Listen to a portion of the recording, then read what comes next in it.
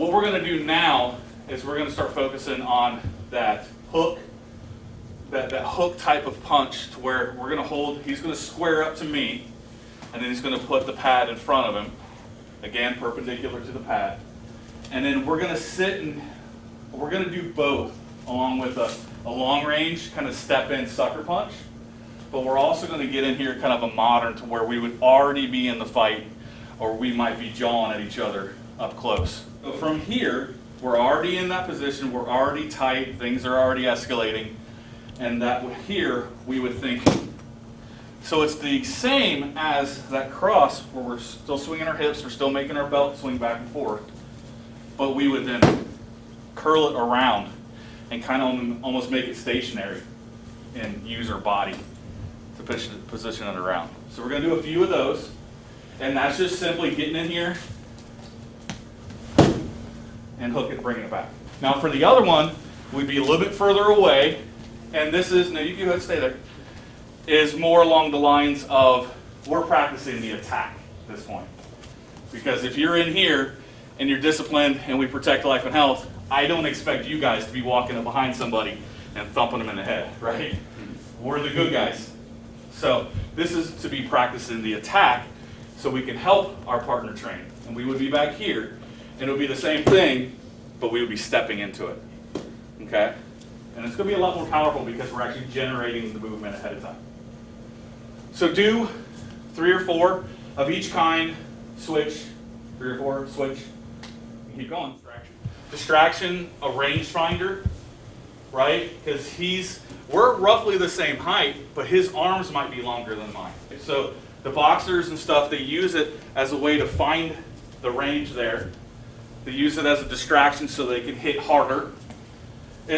Setting up the combination, because we're doing just a 1-2 combination. It's quite literally, that's a 1 and that's a 2. Some of the other more skilled fighters in UFC, MMA, is they purposely do a 3-punch combo.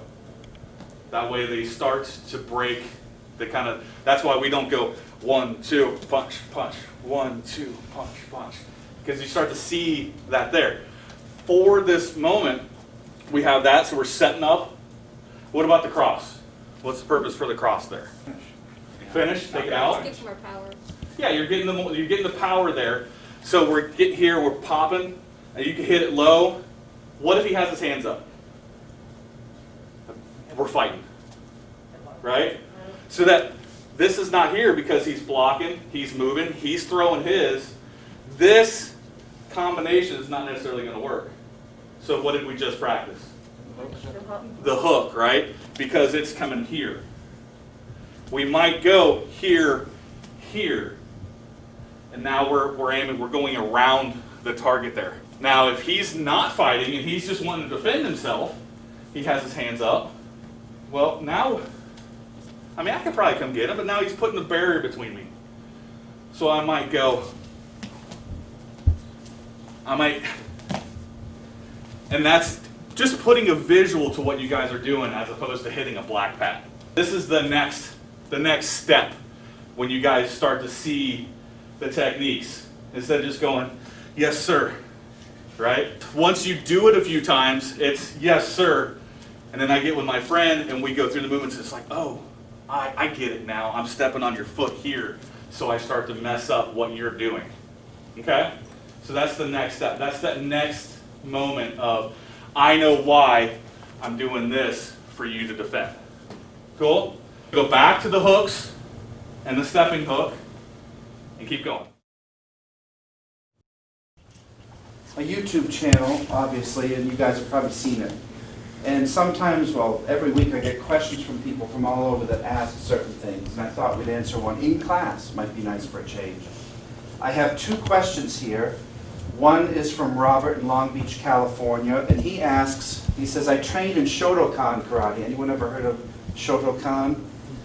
Shotokan was created by Funakoshi in the 1800s. And Shoto means wind through the pine needles, and Kan means like house. So one of his warrior names, Shotokan, was wind through the pine house. Really cool name. And they ask, I train in Shotokan, how do they block in ninjutsu versus Shotokan? It's an interesting question, because different martial arts will block differently. And then a woman named Chloe from Manchester, UK, she says, as a woman of 4'11", how would I be able to stop a large attacker's punch or slap? Which is about blocking. So we're working on blocking constantly, right? You just worked on different types of punches, jab, cross, long distance hook, medium hook, long range hook.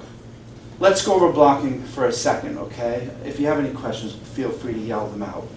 One of the precepts of Shotokan karate, I studied Weichi Ryu, but Shotokan, one of them is your hands and legs should be like swords.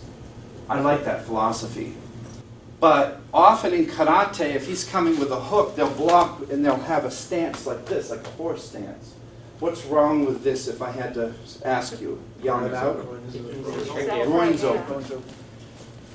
But if you were riding on a horse, it would make perfect sense to have a horse stance here, because I'm on a horse defending. But I would not fight like this in battle, because if he shoves me, I'm going to be on the ground.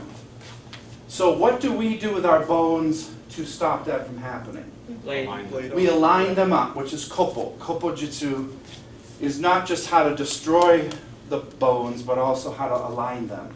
So when he hits from here, I will align my body up so that this cannot get through the structure of my legs. So I'm here versus here. I'm not square with him, I'm over here more. This is why we often do this type of movement here, because now he can't hit my groin down below there. So my legs are safe, my lower body's safe, my upper body's safe. Very different than this. Just look at the difference. Very different. Right here, he can pop me 10 times. He can kick, push. But from here, not much you can do without moving and re-engaging. I don't like the word block, but we do use it. I like the word counterstrike. What's the difference in mentality between the two words? Movement, what else? You're actually doing some harm. Blocking is Blocking more is- passive. That's what I'm looking for. Say it. The block is more passive. The counter-strike is an active. You're attacking, attack. You're attacking back versus just stopping. Yes. Because if I stop someone all day, I'm going to get beaten up. Eventually I'm going to get too tired and they're going to overwhelm me. Counter-striking, you destroy their targets. Kenkudaki, kerikudaki, you destroy the arm and the leg. This is the difference. This is a block. It works. Did he hit me? No. Counter-strike is that. Feel it? I am attacking his arm and destroying and damaging it. Plus, when I counter-strike, I'm moving away from his next shot. Because no one is going to throw one punch and stop. They're going to wail on you 100 times.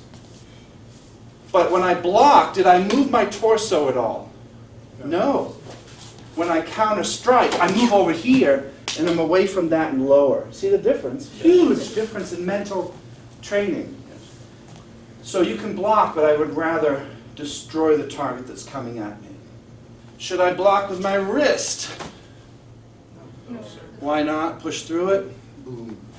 What's wrong with that? There's no structure. No structure behind it. So, again, this can work if you're huge, but this lady from Manchester, UK was small. She was 4'11". That's here. You think that's going to stop him? Not at all. But the lady in Manchester, come fast, she can move her feet if she's 4'11". Faster, she can move here, she's 4'11". She can move here, she's 4'11". You all right? She can move here, she's 4'11". But she cannot block. That's not going to work. But she could counter-strike. Counter-strike, she has to get her elbow in power with bone behind it. This is where you block and counter-strike. Not here. Not here. Here. He cannot push through it, please. He can't. Go ahead, push right through it. No, not going to happen. So if you have the choice and you're shorter, get higher and contact here And then use your skeletal structure to bend his back. Here. Yes. It's not this. You attack.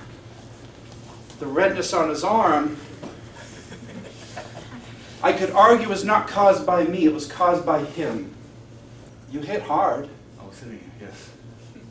So that's something to think about. The best thing to do is not be there. And then when he hits, I move in after and hit him. Let him use all of his effort to exhaust himself. But if I can't here, counter-strike.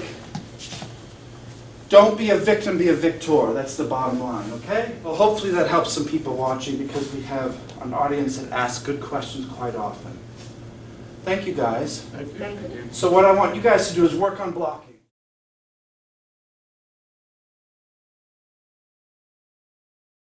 Now, we did blocking, counter-striking without moving our feet much. We set our body up, but we didn't really move in space, did we? So that's why we have about 5 different ways to address punching. One of them is to hold your ground in this chi mentality, the earth mentality, and command the space and stop what's coming. You become an oak tree or mountain. And we haven't even addressed hitting back yet. Another method is when he comes in here is I shift back each time and I create space to frustrate him. So if he's coming with a couple hits here, I'm moving back over here out of space to exhaust the opponent. The zigzagging method. Another is I move over here where he didn't expect me to go and I rotate, kind of a vortex. Another is I go underneath here and come up. So I go under and come up. There's a bunch of them. But as far as this blocking, what is the next part of the technique for our beginning level 1? Strike the face. Hit the face. Because we haven't addressed multiple hits. He's not going to stop. If I block successfully, I'm going to get hit on the second shot right away. So you have to counter-strike and counter-strike at the same time, 2 at once. Slow, it would be this. Boom, and I break his teeth out. So the branch of the tree hits, and that goes through here. This comes from underneath. It's not here where he can block it. Go ahead. Block it and counter-strike. Comes from under. Like you're shooting hoops. Everyone put your hand like this, align the bones, and this taisho ken. So when I get low, my legs give me that power. He can't see it. It comes from under his beard. A lot different than this. Yes. Very different. In my opinion, more skillful. Counter-strike, sink. This is a millisecond. I'm not going to hang here and hit up and extend. That'll take that out of play. But don't hit hard. You can hit the throat here with a shikan ken.